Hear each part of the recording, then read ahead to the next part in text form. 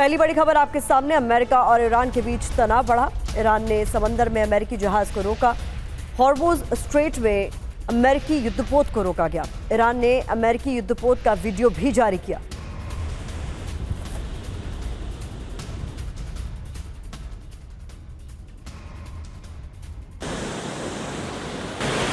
Israel की मदद और मध्य पूर्व में वॉरशिप की तैनाती के बाद अमेरिका और ईरान के बीच तनाव चरम पर है।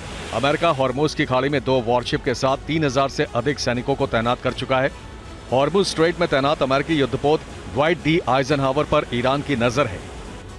ईरान ने अमेरिकी यूएसएस ड्वाइट डी आइजनहावर का ड्रोन वीडियो जारी कर अमेरिका को चेतावनी देते हुए कहा कि आप जहां से आ रहे हो वहीं अपना युद्धपोत और फाइटर जेट छोड़ दो। साथ ही ईरान के इस्लामिक रेवोल्यूशनरी गार्ड कोर ने अमेरिकी वॉरशिप को आगे बढ़ने से रोका। ईरानी मीडिया का दावा है कि ईरान ने अदन की खाड़ी और ओमान सागर में भी अमेरिकी वॉरशिप को ट्रैक किया।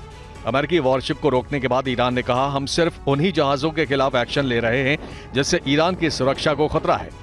खाड़ी में अमेरिकी वॉरशिप को आगे बढ़ने से रोकने से मध्य पूर्व इलाके में टेंशन बढ़ेगी। अमेरिका और ईरान के बीच युद्ध की संभावना बढ़ेगी। ईरान और अमेरिका के बीच युद्ध हुआ तो दुनिया 2 खेमों में बटेगी। नेटो देश एक साथ ईरान पर हमला कर सकते हैं तो दूसरी तरफ ईरान को रूस का साथ मिलेगा, फिर युद्ध विश्व युद्ध में बदल जाएगा।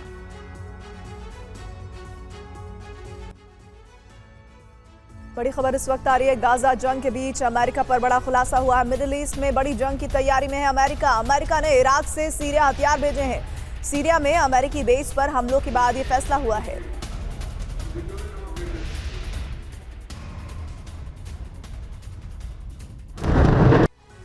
इजरायल हमास में भले ही कुछ दिनों का युद्ध विराम चल रहा हो, लेकिन मिडिल ईस्ट में आने वाले दिनों में भयंकर तनाव पैदा हो सकता है। मिडिल ईस्ट में अमेरिका बड़ी तैयारी में जुटा है। इसी तैयारी के तहत अमेरिका ने बड़े पैमाने पर इराक से सीरिया घातक हथियार भेजे हैं। सुरक्षा सूत्रों का कहना है कि अमेरिका पिछले कुछ दिनों में इराक से उत्तर पूर्वी सीरिया में अपने ठिकानों पर हथियारों का जखीरा भेज रहा है। सीरिया के अपने ठिकानों पर अमेरिका ने अब तक काफी संख्या में एंटी ड्रोन और मिसाइल भेजे हैं। इसके अलावा काफी संख्या में रक्षा उपकरण भी सीरिया भेजे गए हैं। अमेरिका ने अपने ये हथियार अल हरीर एयरबेस से सीरिया के अल हसाका बेस पर ट्रांसफर किए हैं। हथियार आने के बाद अल हसाका बेस की सुरक्षा कड़ी कर दी गई है। दरअसल पिछले कुछ दिनों में इराक और सीरिया में अमेरिकी सैन्य बेस पर कई बार हमले हुए हैं। इन हमलों में अल हरीर एयरबेस भी शामिल है, जहां ड्रोन हमला हुआ था। अमेरिका को ईरानी मिलिशिया ग्रुप से हमले का खतरा है। माना जा रहा है कि इन हमलों का जवाब देने के लिए हथियारों और सैन्य उपकरणों को एक जगह से दूसरी जगह भेजा जा रहा है।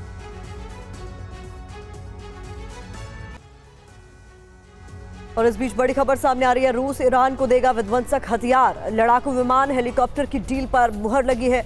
रूस ईरान को सुखोई 35 लड़ाकू विमान देगा। गाजा युद्ध के बीच सबसे बड़ी डील इसे माना जा रहा है।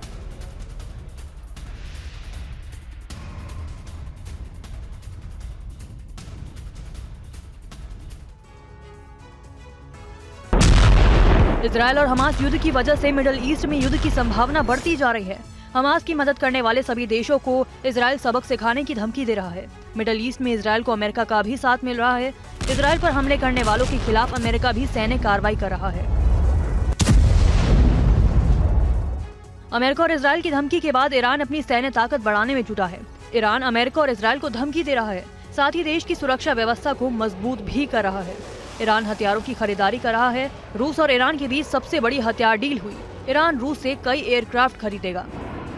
रूस ईरान को सुखोई Su-35 लड़ाकू विमान, Mi-28 लड़ाकू हेलीकॉप्टर और Yak-130 जेट देगा। ईरान के उप रक्षा मंत्री ने रूस से हथियार डील की पुष्टि की।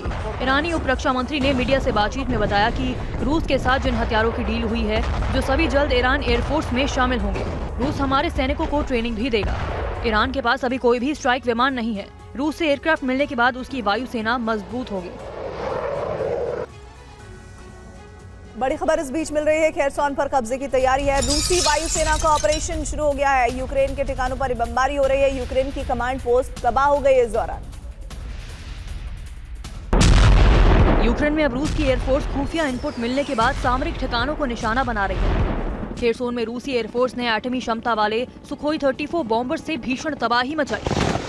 यूक्रेन के सैन्य ठिकाने पर सुखोई 35 फाइटर जेट से FAB 500 बम दागे गए। इस एयर स्ट्राइक में रूसी फाइटर जेट ने 100% एक्यूरेसी दिखाई।